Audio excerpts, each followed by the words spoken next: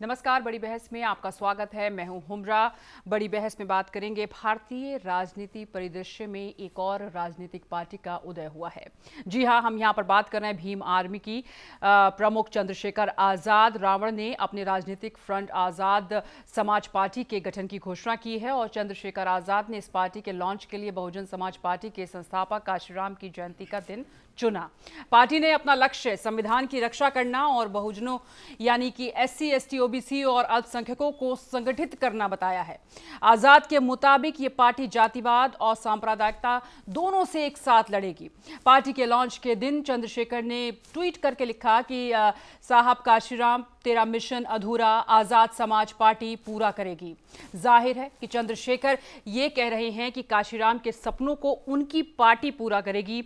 आपको बता दें कि इस समय पर RPI ही दलितों की प्रतिनिधि पार्टी हुआ करती थी और 1980 के दशक के मध्य प्रदेश में जब काशीराम ने BSP का गठन किया तो उनकी पार्टी ने नारा दिया था कि बाबा साहब तेरा मिशन अधूरा, हम सब मिलकर करेंगे पूरा। जाहिर है BSP उनके सपनों को पूरा कर रही थी जो कभी RPI किया करती थी। आपको यह भी हम जानकारी दे दें कि RPI की स्थापना डॉक्टर भीमराव अंबेडकर ने की थी। इससे जुड़ी हुई तमाम जानकारियां आपको बताएंगे। मेरे साथ खास पैनलिस्ट है जो आपको ये तमाम जानकारियां देगा। इस पर चर्चा करेंगे और साथ ही कि जो दलित राजनीति का जो उभार है वो किस तरफ जा रहा है ये समझने की कोशिश करेंगे।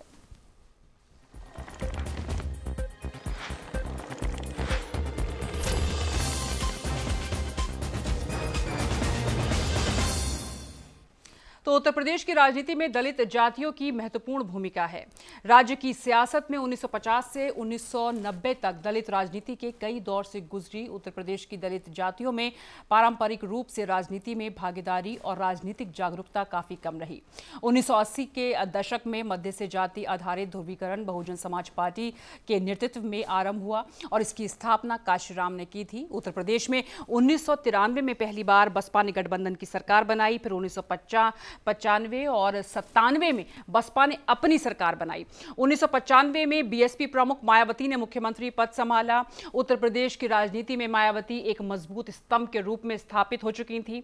1997 में वो फिर मुख्यमंत्री बनी, लेकिन उनकी सरकार 6 महीने तक चली। मई 2002 में वो फिर मुख्यमंत्री बनी, लेकिन अगस्त 2003 में सरकार गिर गई। फिर 2007 में मायावती सत्ता में आई और सरकार 2012 तक चली। इस दौरान उत्तर प्रदेश की राजनीति में काफी बदलाव आए। चंद्रशेखर आजाद उर्फ रावण सहारनपुर में दलित और ठाकरों के टकराव के बाद चर्चा में आए और वो लगातार केंद्र सरकार और यूपी की योगी सरकार को चुनौती देते आ रहे हैं। 2019 आते आते लोकसभा और विधानसभा सीटों के लिहाज से BSP काफी सिमट चुकी है।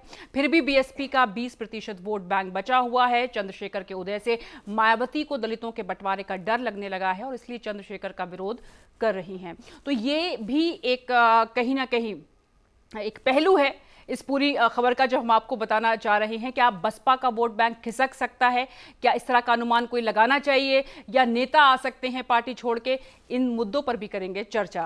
और बाबा साहब के सपनों को साकार करने का, उनके सपने को धरातल पर उतारने का और दिल्ली की गद्दी से लाल किले से नीला झंडा फहराने का लक्ष्य है मेरे पास। अब मैं जीऊंगा भी उसके लिए और मरूंगा भी उसके लिए। पूरे देश से, मैं नाम नहीं लेना चाहता, पूरे देश से जिन लोगों को बहुजन समाज की पीड़ा है, जो लोग बहुजन समाज की तकलीफ महसूस करते हैं, वो लोग यहाँ आए कि भीम आर्मी नाम का जो ये संगठन है यह पूरे तौर से बीजेपी का ही प्रोडक्ट है। और मेरे साथ जो खास पैनल है आपको बता दें, MH खान है BSP नेता लखनऊ स्टूडियो से, रविंद्र भाटी ASP नेता और साथ ही RB उपाध्याय साहब हैं वरिष्ठ पत्रकार और पीयूष पंत जी वरिष्ठ पत्रकार मेरे साथ मौजूद हैं। आप सभी का बहुत बहुत स्वागत है। तो यहाँ पर सबसे पहले मैं MH खान साहब का रुख करूँगी। खान साहब, सबसे पहले मैं आप ही से जानना चाहूँगी कि ये क्यों बार बार कहा जा रहा है कि क्या BSP का वोट बैंक खिसक सकता है? क्या इस तरह की कोई चिंता BSP में सताने लगी है?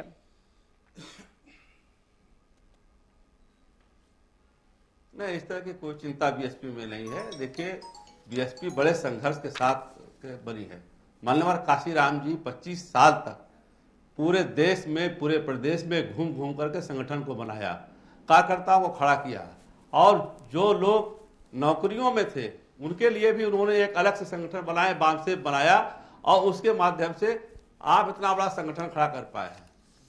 और उसके बाद आज एक एक कार्यकर्ता बसपा के साथ जुड़ा हुआ है। ये बहुत सी पार्टियां दलित के नाम पे आई और चली गई, कोई इसका महत्व नहीं है। क्योंकि ये 2-4 साल से अगर ये अपरिपक्व लोग नारा लगा करके और खाली ये कह करके कि हम देश का भविष्य सुधार देंगे, उससे कुछ नहीं होने वाला है। ये एक शगुफा है, और भारतीय जनता पार्टी का मैं समझता हूं कि ये खेल है, उसके हिसाब से ही चल रहा है। और बहन कुमारी मायावती जी ने बहुत संघर्ष करने के बाद तब ये 4 बार की मुख्यमंत्री बनी है, और उन्होंने महापुरुषों के लिए बहुत काम किया है। लखनऊ में देखिए कितने स्मारक बनवाए, बाबा साहब भीमराव अम्बेडकर का स्मारक बना है, काशीराम का स्मारक बना है। ये सब महापुरुषों के लिए काम किया है उन्होंने, दलितों के लिए काम किया उन्होंने। अब इतना आसान, जिसको लोग समझ रहे हैं कि 2-3 साल में कुछ छोटे काम करके अब हम बड़ी पार्टी बना के और बसपा के वोट को खिसका लेंगे। बहुत बुरी हाल में भी बहुजन समाज पार्टी को 18 से 20% का वोट मिला है अभी पिछले साल।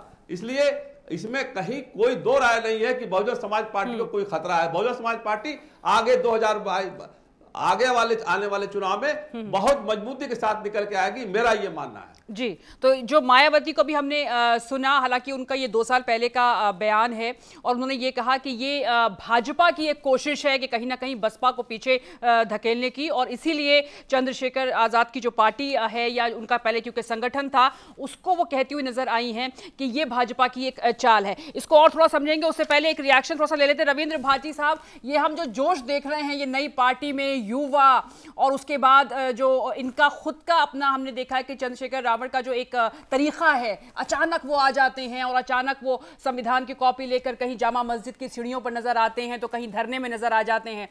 ये इस अंदाज में उसके बाद पार्टी का आना कैसे समझें कि आपकी पार्टी और आपके जो दिशा होगी किस तरफ होगी, कैसी होगी, थोड़ी रूपरेखा हमें भी जरा बता दें। देखिए, पिछले 3 वर्षों से भीम आर्मी प्रमुख एडवोकेट चंद्रशेखर आज़ाद और अब हमारी आज़ाद समाज पार्टी के राष्ट्रीय अध्यक्ष आदरणीय चंद्रशेखर आज़ाद जी सड़क पर और पूरे देश में, एक प्रदेश की बात ना करें, पूरे देश की बात करें, पूरे देश में कोने कोने में जाकर जहां पर दलित, ओबीसी, माइनॉरिटी पर अत्याचार हुए हैं, अन्याय हुए हैं, उसकी आवाज़ को उठाते रहे हैं।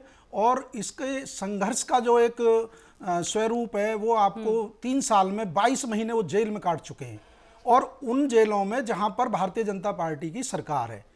अब यदि बहन जी के बारे में कहा जाए तो बहन जी को हमारे जो चीफ हैं, जो आज़ाद समाज पार्टी के मुखिया हैं, वो बहुत सम्मान करते हैं, और बहन जी को उन्होंने बहुत पत्र लिखे, बहन जी को बहुत फोन किए, और बहन जी का आशीर्वाद लेने के लिए हमेशा वो लालायित रहते हैं। लेकिन पता नहीं क्या कारण है कि बहन जी उनसे नाराज रहती है। लेकिन हमें इतनी उम्मीद और विश्वास है कि जहां पूरे देश के युवा और पूरे देश के ओबीसी, बहुजन समाज के लोग, SC ST माइनॉरिटी, 85% लोग आज चंद्रशेखर भाई के साथ कंधे से कंधा मिलाकर संघर्ष करने को तैयार हैं। उम्मीद है देर सबेर बहन जी भी कहे अब कभी ना कभी अपना आशीर्वाद भाई चंद्रशेखर आजाद को देगी, इसी उम्मीद के साथ, इसी संघर्ष के साथ। ठीक है, आपका ये जो नारा है कि काशीराम के सपने को हम पूरा करेंगे जो अधूरा रह गया है, तो आप फिर कहते हैं कि बहन जी नाराज क्यों हैं?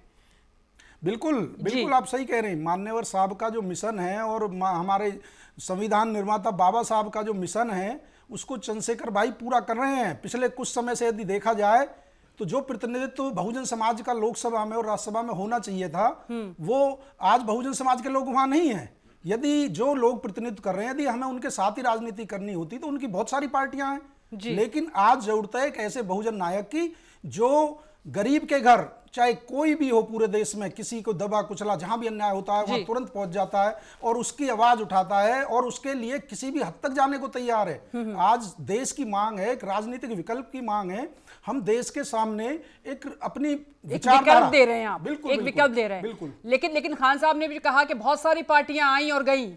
देखो ये उनका आपको लगता है कि बहुत वक्त लग जाएगा वजूद में आने के, कह सकते हैं, या इनका ये अपने उसमें ज्यादा मैं उन पर ज्यादा टिप्पणी नहीं करना चाहूंगा, लेकिन हमें अपने काम के दम पर और भाई चंद्रशेखर आजाद जी के संघर्ष के दम पर आज जब जो MP MLA हमने बना के भेजे, जब उन्होंने बहुजनों की आवाज उठाना बंद कर दिया, जो उनको राज्यसभा लोकसभा में जो उनको काम करना चाहिए था ओबीसी के लिए, दलित के लिए, माइनॉरिटी के लिए। प्रमोशन में आरक्षण को लेकर लगातार हमने देखा कि मायावती राज्यसभा में बोली, कोशिश उन्होंने की सबको एकजुट करने की। जो वहां हमारे प्रतिनिधि हैं वो मौन है, ना वो सड़क पर संघर्ष कर रहे हैं। खान साहब को मौका देते। जी खान साहब, कुछ कहना चाह रहे हैं आप? देखिए, मैं कहना चाह रहा हूं कि देखिए, दलितों की समस्याओं को लेकर सहारनपुर जब कांड हुआ, सहारनपुर कांड में राज्यसभा में बहन कुमारी मायावती जब बोलने के खड़ी हुई, जब उनको बोलने नहीं दिया गया, तब उन्होंने ये कह के इस्तीफा दे दिया कि मैं जिस समाज से आती हूं उस समाज की बात अगर नहीं सुनी जाती है तो मैं राज्यसभा से इस्तीफा देती हूं।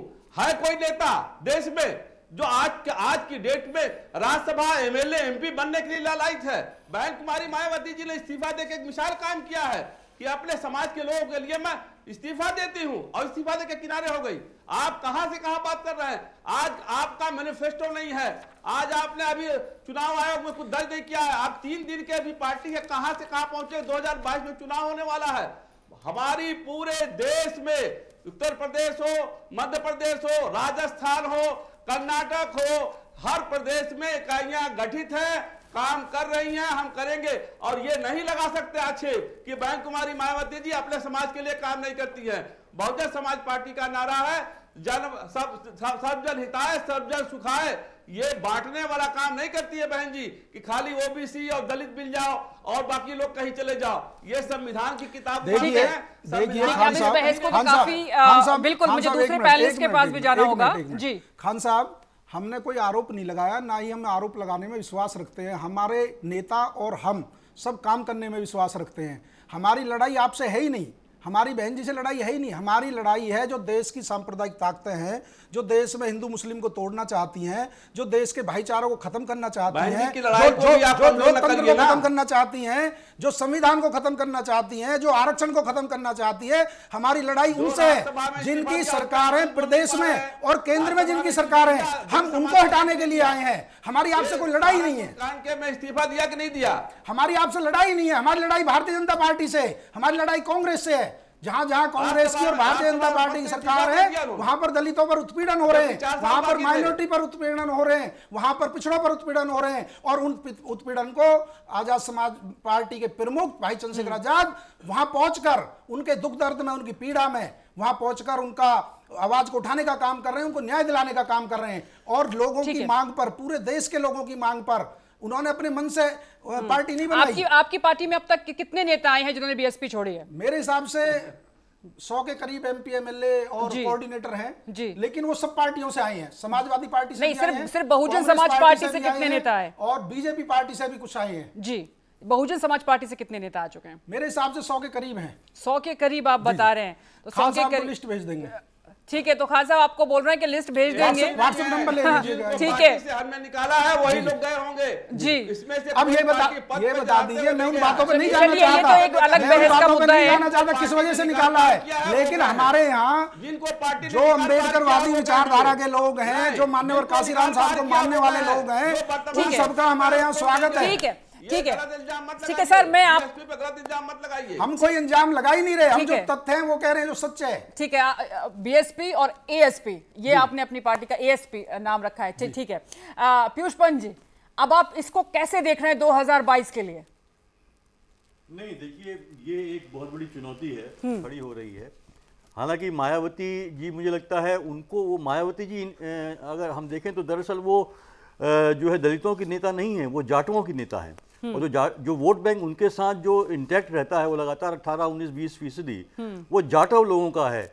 बाकी और जो दलित समुदाय हैं वो बहुत पहले छिटक चुके हैं। वो जो है कि समाजवादी पार्टी में भी गए हैं, भाजपा में बहुत बड़ी संख्या में गए हुए हैं।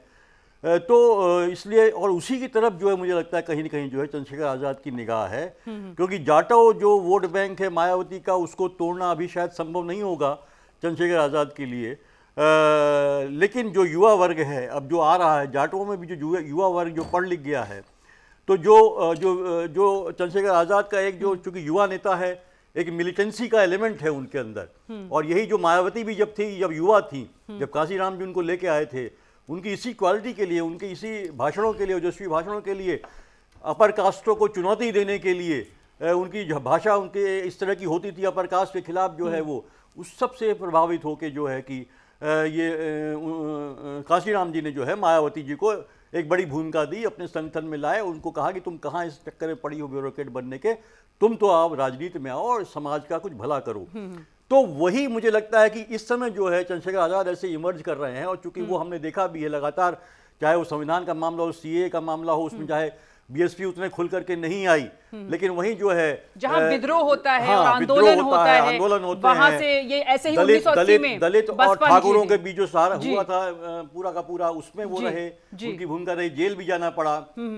हर ऐसे मौके पे जब जिस समय सरकार दिया जो कि जो है दलितों के लिए और ये तमाम पिछड़े वर्ग के लिए को जो है कि ये था कि उनके अगर एफआईआर दर्ज होगी तो फिर उसमें वो नहीं बिना अधिकारी से पूछे जो वो कानून में को डाइल्यूट किया गया, उस समय भी ये जो है चंद्रशेखर आजाद ने तुरंत जो है कमान संभाली और एक आंदोलन शुरू किया, सड़क पे आए सभी लोग, जिससे सरकार को फिर वापस एक कानून में बदलाव लाना पड़ा उसको एक ऑर्डर में। तो मुझे लगता है एक युवा नेता के रूप में जो उभर रहे हैं वो निश्चित रूप से मायावती को चुनौती दे सकते हैं, आने वाले समय में निश्चित रूप से एक महत्व होगा।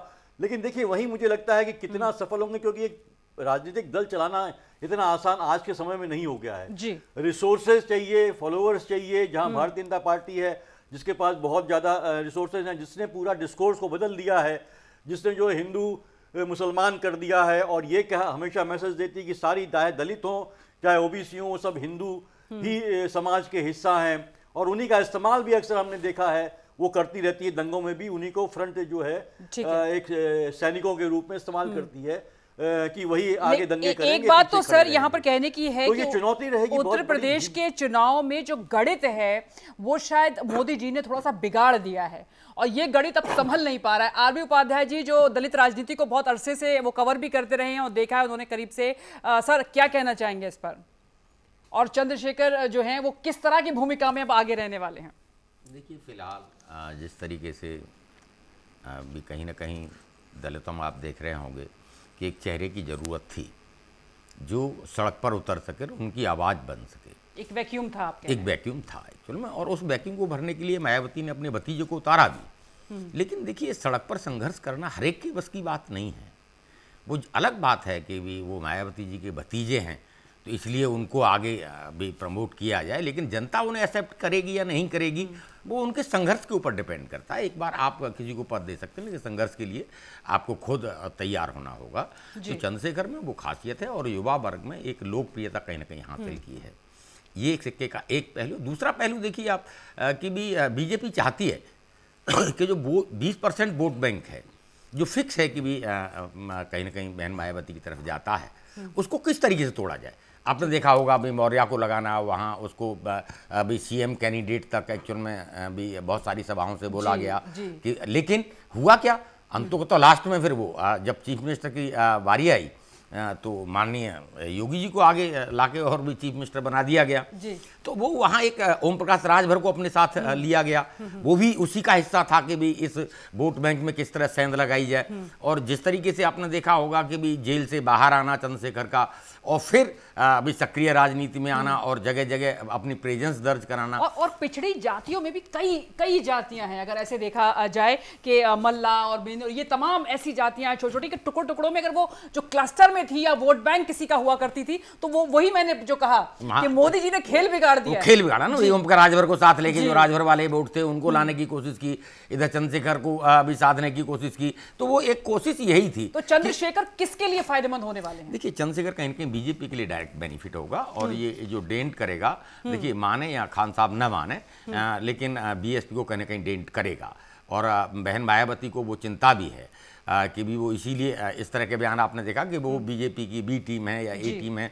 ठीक है, ये आरोप अलग बात है, लेकिन ये ऐसा दिखता इसलिए है कि देखिए पैसा चाहिए, वो पैसा कहाँ से आएगा पार्टी के लिए? कोई भी नेता हो सकता है, लेकिन पार्टी बनाने के लिए आपको बहुत सारे संसाधनों की जरूरत पड़ती है। और मुझे लग रहा है कि वो बीएसपी को डैमेज करने के लिए कहीं ना कहीं कोई एक जो ताकतवर दल है या सत्ताधारी दल है वो कहीं ना कहीं अगर वो करता है तो वो एक आगे भी एक मजबूती नजर आती है, क्योंकि अब इलेक्शन बहुत ज्यादा दिन दूर नहीं है। बिल्कुल, और आज 3 साल भी हुए हैं सरकार को। मैं वही बताऊं, सरकार को 3 साल हुए हैं, 2 साल रह गए, तो 2 साल में क्या 1 साल पहले से एट द टाइम नहीं होता है, तब तक ये भी चंद्रशेखर को आगे करके कुछ उसमें सेंध लगाने। अच्छा, समाजवादी पार्टी से भी गुपचुप मीटिंग हो रही है, कुछ ऐसा सुनने में आया है, क्या आपको लगता है कि वहां पर भी कुछ तालमेल बन सकता है इनका?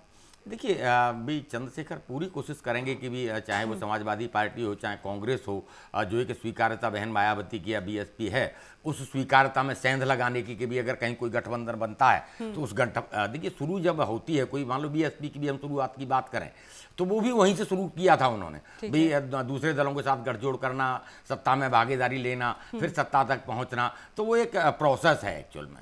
और उसी प्रोसेस को उन्होंने इतिहास को पढ़ते हुए या देखते हुए, वो भी पढ़े लिखे, भी चंद्रशेखर भी पढ़े लिखे हैं, वो ये नहीं है कि भी कोई हवाई थी, वो पूरा एक प्लान तैयार करके और इसी कड़ी में वो कांग्रेस से या समाजवादी पार्टी से इन सबसे बात कर रहे हैं कि भी कहीं से भी एक शुरुआत हो, और जब शुरुआत होगी जी बिल्कुल, जैसे हमने युवा नेताओं को भी हाल में जो हमने देखा, गुजरात के जैसे जिग्नेश हैं, ये तमाम लोग उनके अंदर एक बिल्कुल अलग हमने देखा कि एक आंदोलन से निकले हुए और एक गंभीरता। चंद्रशेखर हमें दिखता है कि अचानक एकदम से आ जाते, ये उनकी खूबी है या उनका क्या यूएसपी है, क्या उनकी जो स्टाइल है उनका? देखिए हर व्यक्ति का अपना कार्य करने का तरीका होता है, बहन मायावती का अलग है, मोदी जी का अलग है। तो ऐसे में क्या युवाओं को अट्रैक्ट करने में उन्हें अच्छा आसानी होगी? हर एक का अपना तरीका है एक्चुअल में, और वो तरीका एक्चुअल में जनता एक्सेप्ट करती है नहीं करती है। और फिर प्रेजेंस दर्ज कराना भी कोई आसान काम नहीं होता है। देखिए आपको जेल भी जाना पड़ेगा, सड़क पर भी उतरना पड़ेगा, लाठी डंडे भी खाने पड़ेंगे, वो सारी चीजों के लिए। लेकिन आज सत्ताधारी, जो भी सत्ताधारी दल हैं, कितने राजनीतिक लोग हैं, मैं कहता हूं कि जो उनमें इतना मादा है कि वो सड़क पर उतरेंगे, और जो सड़क पर उतरता है, देखिए दिल्ली का उदाहरण देखिए, केजरीवाल सड़क पर उतरे और वो पोल पर चढ़ जाते थे, सत्ता मिली, ये नहीं है। तो आप कितना संघर्ष करते हैं, जनता की आवाज बन पाते हैं, नहीं बन पाते। कामोबेश आज विपक्ष क्या है कि वो जनता की आवाज नहीं बन पा रहा, चाहे नोटबंदी हो, चाहे जीएसटी हो, चाहे दूसरे मुद्दे हो। आप देखेंगे जनता लाइन में लगी है, परेशान है, लेकिन नहीं है। एक सांकेतिक टीवी चैनलों पे आके बोल देना या भी सांकेतिक कोई धरना या प्रदर्शन कर देना, लेकिन एक्चुअल में जनता के साथ सुख दुख में खड़ा होना। मैं खान साहब से एक बात जरूर पूछूंगी यहाँ पर, जो आपने ही बल्कि अपनी बातों में सवाल उठा दिया है। खान साहब, ये वैक्यूम किसने क्रिएट किया कि चंद्रशेखर आजाद को एक मौका मिला अपनी पार्टी बनाने का? यहाँ पर कहीं क्रिएट नहीं है। देखिए नहीं पार्टी, फिर मैं कह रहा हूं पार्टी किसी को बनाने का अधिकार है, कोई भी पार्टी बना सकता है। अभी मैं उपाध्याय जी के बात से सहमत हूं कि पार्टी बना लेना आसान होता है, उसके लिए संसाधन की जरूरत पड़ती है। कहां से आएगा, कौन फीड करेगा, कौन बैक करेगा, वैक्यूम वाले क्वेश्चन कौन से लोग देंगे पैसा? अभी तो मैनिफेस्टो भी नहीं बना, अभी आप चुनाव आयोग में भी नहीं गए, अभी आपकी पार्टी के क्या मैनिफेस्टो है वो भी नहीं आया। आप बनाइए, पार्टी चलाइए, कोई मतलब नहीं, किसी की पिछलग्गू बनिए, किसी के साथ जाइए आइए, ऐसा नहीं है। बहन कुमारी मायावती जी, उपाध्याय जी, आपको याद होगा कि बिजनौर के चुनाव में रामविलास पासवान भी खड़े थे, लाठियां खाई थी, जेल चली गई थी। संघर्षों का जीवन है किया आपको, आज इस मुकाम पर पहुंची है 4 बार मुख्यमंत्री होने के बाद। और देखिए जनता ने रिजेक्ट किया, वो बात अलग है। चुनाव लड़ा जाता है, कोई जीतता है, कोई हारता है, लेकिन एक बार पूर्ण बहुमत से सरकार ही बनाई है, 4 बार मुख्यमंत्री बनी, ऐसा नहीं है। जब आप लेकिन सवाल इस बात का है कि कौन लोग फंडिंग करेंगे। अभी झंडा तय नहीं, इनका झंडा के अलावा इनका चुनाव चिन्ह भी नहीं तय हो पाया है। अभी किससे बात करेंगे, किस हिसाब से बात करेंगे? तो अभी तो टाइम है खान साहब, 2 साल है। झंडा ये सब एक प्रोसेस है, चुनावी प्रक्रिया है, प्रोसेस है, प्रक्रिया है। लेकिन एक बात है, जैसा आप कह रहे हैं वैक्यूम नहीं है। मैं खान साहब को पश्चिमी इलाके में जो कुछ भी करना चाहे कर सकते हैं। ठीक है खान साहब, जरा सुन लीजिए, उपाध्याय जी कुछ कह रहे हैं। खान साहब जी बस 1 सेकंड रुकिएगा, उपाध्याय जी कुछ बोल रहे हैं। आप मानते हैं वैक्यूम नहीं है? चंद्रशेखर के अगर हम टक्कर पर लेके आए तो आपके पास यूथ में ऐसा कौन सा आइकॉन है, कौन सा ऐसा लीडर है, कौन सी लीडरशिप आपने यूथ में डेवलप होने दी है? देखिए हमारे वहां चंद्रशेखर के बराबर के नहीं, एक नहीं 1000 लोग हैं। कोई एक नाम बता दीजिए, बूथ वाइज हमने कोई एक नाम बता दीजिए जो सड़क पर उतर के आपका यूथ हो। 70% यूथ है। होना अलग बात है, उसमें नेतृत्व करवा देना या उसको लीडर का नाम होता है, यूथ का नाम बताने, संघर्ष करने का नाम नहीं होता है। हर एक का यूथ विंग अलग अलग है, सभी पॉलिटिकल पार्टियों ने अपने यूथ विंग बनाए हुए हैं। सारे यूथ हैं जी, ऐसा नहीं है कि यूथ ना हो, महिलाएं हैं, नौजवान है, बांधसेव के लोग हैं, आज सारी संगठन सारे लोग, कोई एक चेहरा खान साहब, कोई एक चेहरा बराबर से बनी हुई है जी, कोई एक चेहरा या नाम पूछा? मैं कह रहा हूं चेहरा सिर्फ एक मायावती जी का है, चेहरा मायावती जी का है और वही नेता है जी। अगर आप बनाओगे चंद्रशेखर आजाद को, अगर बनाओगे तो चेहरा एक होगा, उनके बाकी पीछे का चेहरा नहीं बताओगे। हाँ साहब, एक और सवाल मैं पूछती हूँ, एक और सवाल सर पूछती हूँ। उपचुनाव के लिए समाजवादी पार्टी आपके साथ आ जाती है या लोकसभा के लिए आ जाती है, लेकिन अब तो शायद जरूरत नहीं पड़ेगी, अब चंद्रशेखर के साथ चले जाएंगे समाजवादी पार्टी।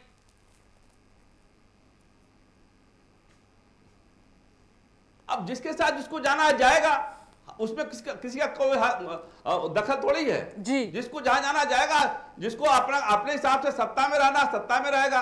बहुत से लोग अपने हिसाब से लड़ाई लड़ते हैं।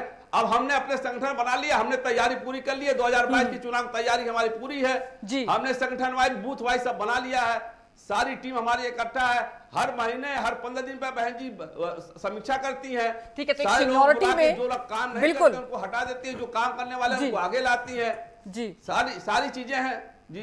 जी पंत जी, आप यहाँ पर कुछ कहना चाहेंगे? एक एस्टैब्लिश पार्टी में यही होता है कि आप अपने बारे में थोड़ा सा अलग सोचना। निश्चित रूप से देखिए, एक लंबा अनुभव होता है, एक संगठन है, संगठन और जो है कि बहुजन समाज पार्टी जो है तीसरी पार्टी है जो क्या नाम रिकॉग्नाइज्ड है नेशनल लेवल पे। भाजपा, कांग्रेस और उसके बाद जो है बाकी सब पार्टी अपना जो है वजूद धीरे सिमटती चली जा रही है। उनका वोट परसेंटेज पूरे चुनाव में कम होता चला जा रहा है। तो इतना क्रेडिट तो देना पड़ेगा मायावती को, और वो चुनाव लड़ती हैं। उन्होंने मध्य प्रदेश में भी लड़ा, भले ही उनकी अब सफलता उतनी नहीं मिल रही है जितनी पहले मिलती थी, लेकिन वो अक्सर ज्यादातर राज्यों में चुनाव लड़ती हैं, तो उनका एक संगठन है। लेकिन ये भी सच्चाई है कि प्रभाव अब खत्म हो रहा है मायावती किसी का, को आगे आने नहीं दिया। मायावती हर पार्टी त्रासदी ये है कि जो व्यक्ति के आसपास जितनी भी पार्टियां नहीं हैं वो जो है कि उसमें धीरे धीरे नेताओं की कमी होती चली जाती है, इसलिए आधार खिसकता चला जाता है। आप जो है अकेला चेहरा बन के रह जाते हैं और आप बहुत लंबा चल नहीं पाते हैं। फिर वही मायावती के साथ हो रहा है, उनका प्रभाव अब वो नहीं रहा जो पहले था।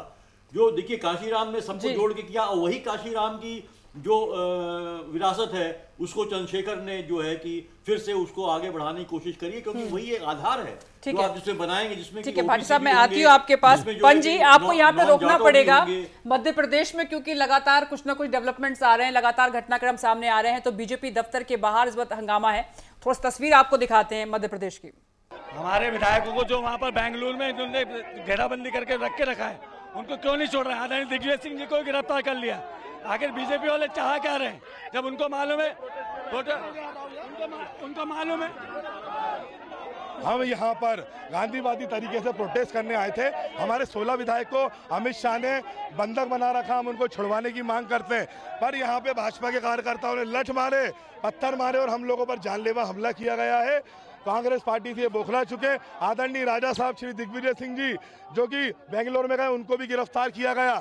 भोपाल बीजेपी दफ्तर के बाहर आपको बता दें कि कांग्रेस के कार्यकर्ता और नेता हंगामा कर रहे हैं और वहां पर उनको अब हिरासत में भी लिया जा रहा है। और यहां पर जब उनको हिरासत में लिया गया तो वो अपना गुस्सा जो निकाल रहे हैं, उनका ये कहना है कि हमारे जो नेता हैं उनको जिस तरह से बेंगलोर में लोकतंत्र की हत्या हुई है, माननीय पूर्व मुख्यमंत्री दिग्विजय सिंह जी को गिरफ्तार किया है, ये राजी नहीं हो सकते हम। इस तरह से लोकतंत्र को कुचलने का काम किया गया है और ये तानाशाही नहीं सही जाएगी। इस तरह से मोदी सरकार की दादागिरी हम नहीं चलने देंगे।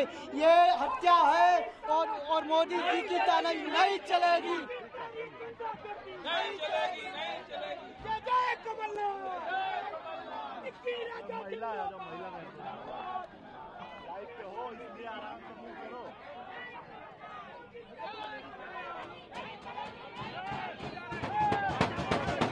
हमें नहीं मालूम कहाँ ले जा रहे हैं। जैसे दिग्विजय सिंह जी को ले गए हैं बेंगलोर से, वैसे ये लोग हमको अज्ञातवास में कहाँ ले जा रहे हैं। लेकिन जहाँ ले जाएंगे और वहाँ पे पुरजोर इनकी तानाशाही का और जिस तरीके से जनता का और जनता के चुने हुए जनप्रतिनिधियों का गला घोटने की कोशिश कर रहे हैं, हम वहाँ भी जाके विरोध प्रकट करेंगे। तो ये जो गुस्सा ये आप देख रहे हैं, ये कांग्रेसी कार्यकर्ताओं का है। भोपाल बीजेपी दफ्तर के बाहर कांग्रेसी कार्यकर्ताओं ने हंगामा किया और उसके बाद उनको हिरासत में लिया गया है। और ऐसे ही उन्होंने कहा कि दिग्विजय सिंह को बेंगलुरु में इसी तरह से गिरफ्तार किया गया है और भी जो तमाम विधायक हैं 16 उनको भी गिरफ्तार करके रखा गया है। ये लगातार एक आरोप लगाए जा रहे हैं कांग्रेस की तरफ से। उपाध्याय साहब, आप इस पर कुछ कहना चाहेंगे? ये लगातार 2-3 दिन से जो हंगामा चल रहा है। देखिए, कहीं ना कहीं लोकतंत्र के साथ एक भद्दा मजाक के तौर पर मैं ये देखता हूँ, क्योंकि जो जनता के चुने हुए प्रतिनिधि हैं वो जनता के बीच में न रह के कहीं कोई होटल में लॉकअप में ले जा रहा है, कोई रिजॉर्ट में ले जा रहा है, चाहे ए पार्टी है बी पार्टी है, तो या तो ये है कि जो जनता के जो चुने हुए प्रतिनिधि हैं उन पर विश्वास नहीं रहा पॉलिटिकल पार्टियों को, या फिर आप लोकतंत्र को कहीं ना कहीं एक मजाक बनाना चाहते हैं। देखिए ठीक है, मान लीजिए वो इस्तीफा देना चाहते हैं, वो बीजेपी ज्वाइन करते हैं, बीजेपी वाले कांग्रेस ज्वाइन करना चाहते हैं, उनको खुला छोड़िए, रहने दीजिए, अपनी जनता के बीच में रहने दीजिए और स्वतंत्र होकर। देखिए ये नहीं है कि भी हमने 5 वो पकड़ ले गए और 2 आप पकड़ ले गए, 3 बचे, वो तीसरी पार्टी पकड़ ले गई। अरे क्या है, वो जनता का चुना हुआ प्रतिनिधि है, कुछ शर्म एक्चुअल में होनी। और ये देखिए पॉलिटिकल पार्टियां ये कहती हैं कि नहीं, अपने अपने तरीके से नैरेटिव और अपने अपने तरीके सफाई भी देने का तरीका देखिए। भी कांग्रेस कहती है कि हमारे उनको बंधक बना लिया है, और बीजेपी कहती है हमें डर लग रहा था इसलिए हम अपने एमएलए को लेके और भी यहाँ आ गए कि यहाँ सुरक्षित रहेंगे। बिल्कुल, ऑफलोड टेस्ट के लिए जो मनाही लगातार, क्या मजाक हो रहा है। देखिए राज्यपाल का पद है वो मजाक का पात्र बन गया, जो जनता का चुनाव प्रतिनिधि है वो मजाक का पात्र बन रहा है, और फिर सब कुछ सुप्रीम कोर्ट। अगर सब कुछ सुप्रीम, देखिए संविधान में सारी चीजों को बड़ा क्लियर किया गया है कि भी क्या राज्यपाल के अधिकार हैं और क्या जो स्पीकर है, जो भी विधानसभा अध्यक्ष है, उसके अपने अधिकार हैं। अगर एक दूसरे के अधिकार में दखलंदाजी न करे और जो एक लोकतंत्र की भी खूबसूरती है उसको बनी रहने दे, तो क्या जरूरत है भी कोर्ट आने की। कोर्ट को आप अपने अपने तरीके से भी मैनिपुलेट करने की कोशिश करते हैं। मैं तो यही कहूँगा कि भी जहाँ कांग्रेस कह रही है कि भी बंधक बना लिए, वो कह रहे हैं कि नहीं उन्होंने रिजाइन, अरे वो रिजाइन आके ठीक है विधानसभा अध्यक्ष को दे देते।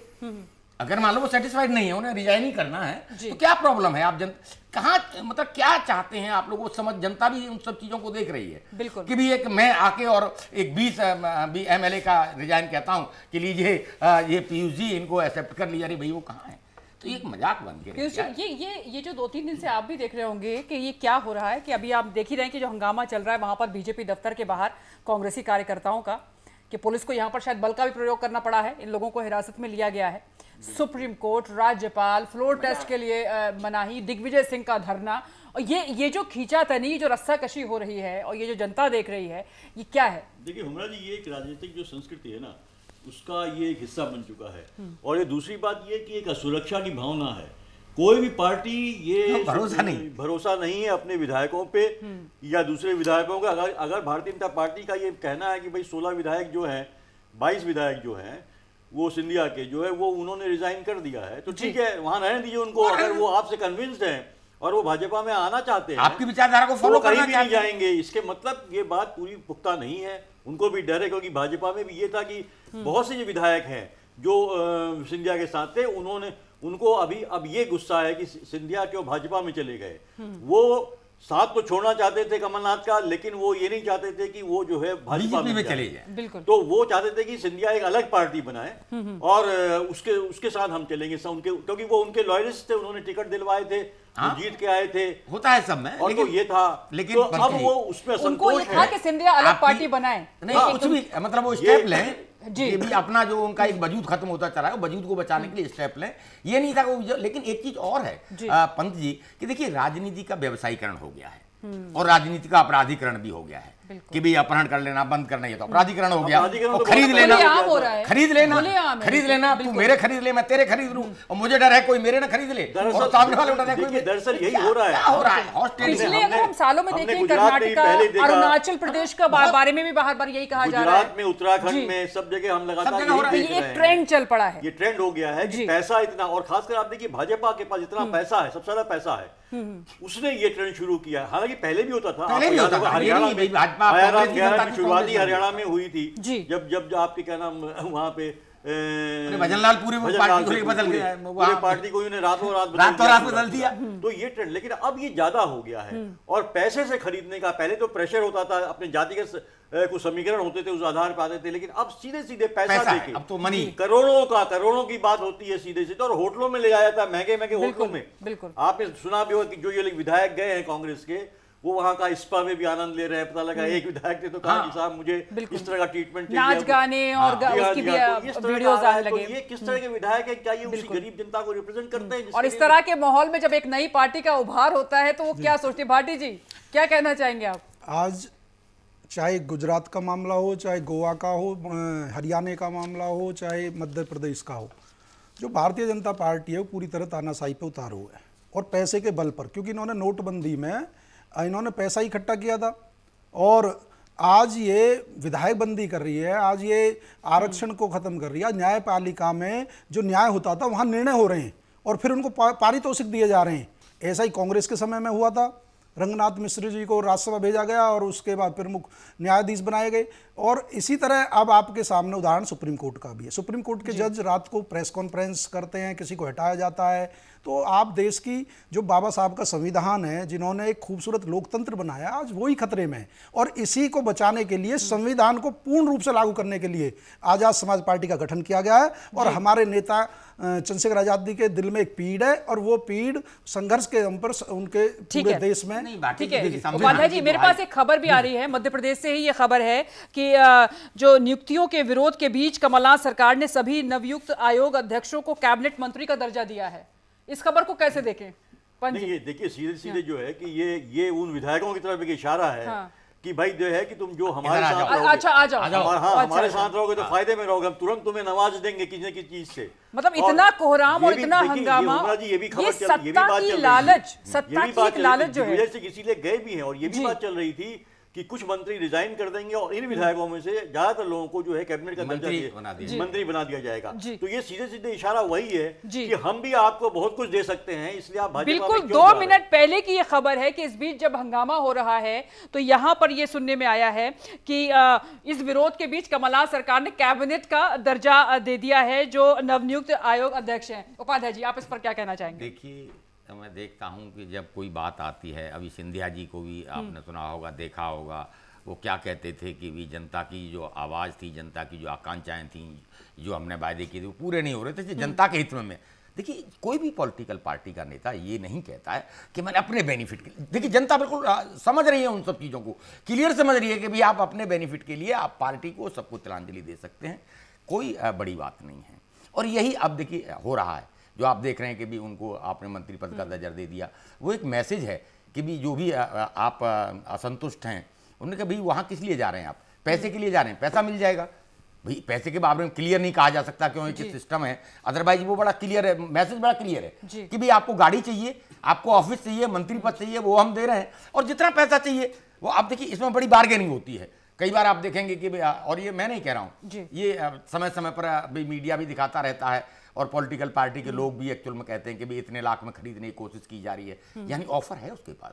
तो ये जो व्यवसायीकरण जो हो गया राजनीति का, ये बड़ा चिंतनीय और लोकतंत्र के लिए बहुत घातक भी है। कल मान लीजिए आप सत्ताधारी दल हैं, आप सेंटर में आपका बहुत सारा पैसा होगा, आप एक ऊंची कीमत देकर और सारे एमएलए को खरीद लेंगे तो क्या होगा, लोकतंत्र कहाँ बचा? लेकिन इन सबके बावजूद हुमरा जी ऐसा ही हो रहा है, लोग जीत के भी आ रहे हैं, जनता वोट भी दे रही है ऐसे विधायकों को, और वो जीत के भी आ रहे हैं और बढ़ भी आ रहे हैं, पार्टी भी इसी तरह की प्रैक्टिस चला रही है, इसीलिए चल रही है ना, कोई बदलाव नहीं आ रहा है, देखिए जनता पहल नहीं आ रहा है।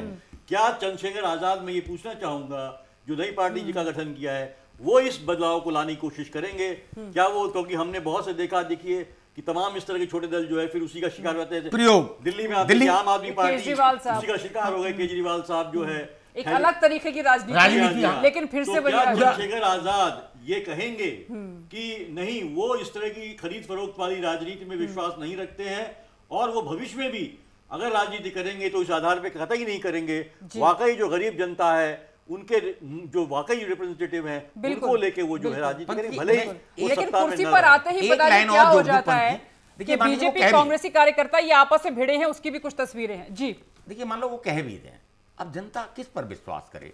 देखिए पॉलिटिकल पार्टियां, जैसे अभी मैं बता रहा था कि भी एक बहुत बड़े नेता कहते हैं कि भी जनता के हित में, जबकि जनता भी समझ रही है और देश पूरा समझ रहा है कि वो अपने हित में है कि भी नहीं आप राज्यसभा दिग्विजय सिंह को ले जाएंगे, मेरे ज्वाइन करके 22 मेरे में चला जाऊंगा, और दूसरे ने गया तो उन्होंने कहा तो आप राज्यसभा पक्का तुम्हारा, आप निश्चिंत रहिए। और फिर जिसको आप गालियां देते थे वो कहते हैं नहीं ये देश के लिए सबसे अच्छा मॉडल है। अब कौन जनता किस पर विश्वास करे? मतलब कह सब देते हैं, देखिए गरीबी हटाओ के नारे पर कांग्रेस ने भी सत्ता का पूरा आनंद लिया, लेकिन गरीबी के लेकिन भाटी साहब बीजेपी पर आरोप लगा रहे हैं, सिर्फ बीजेपी ही नहीं और भी तमाम पार्टियां, हम ये मैं यही कह रहा था, मैं कहूं शायद यही जो उपाभोग की स्थिति जनता समझ नहीं पा रही, किस पे विश्वास करें, किस पे न करें, उसके चलते जो है कि ये धर्म और जाति के एजेंडे हावी हो जाते हैं। चलो फिर अपने धर्म के आदमी को वोट दे दो, चलो ये जो लड़ाई मध्य प्रदेश में लड़ाई है वो क्या ईगो की लड़ाई है? इस वक्त कि हमसे अच्छा राजनीतिज्ञ कौन है और हम कौन अच्छा गणित चला सकता है, क्या ये लड़ाई वहां तक पहुंच गई है? नहीं, देखिए, ये सिर्फ सत्ता तक नहीं है, ये लड़ाई है पूरी की सत्ता में बने रहने की और सत्ता काबिज करने की। बिल्कुल बिल्कुल, और उसमें दोनों ही बराबर के टक्कर में हैं। जी, कमलनाथ जी जो है रिसोर्सेज के मामले में वर्सेस क्या अमित शाह हो गए या जेपी नड्डा? कौन? जेपी नड्डा जी। जेपी नड्डा तो कुछ नहीं कर रहे हैं, वो तो सिर्फ एक जो है चेहरा है। एक्चुअली अमित शाह भी अध्यक्ष बने हुए हैं जी। वो जेपी नड्डा को आप कहां देखिए, सिर्फ ओथ ली है, बाकी सारा काम तो जो है कि आपके अमित शाह कर रहे हैं। रणनीति तो नरेंद्र सिंह तोमर के यहाँ बनी है। जी हाँ बिल्कुल, वो उनके आदमी हैं, वो जो है अमित शाह के आदमी है पूरा। तो इस तरह के खेल अमित शाह इसमें माहिर हैं। जेपी नड्डा थोड़े शय और मात का खेल में थोड़े सीधे आदमी हैं। कौन शय देगा, कौन मात देगा और इस गेम का कब एंड होगा, ये जनता बेसब्री से इंतजार कर रही है। सारा खेल वही खेल रहा है। राजेश जी कुछ कहना चाह रहे हैं? जी बोलिए। कांग्रेस और बीजेपी रामनाथ सामनाथ है।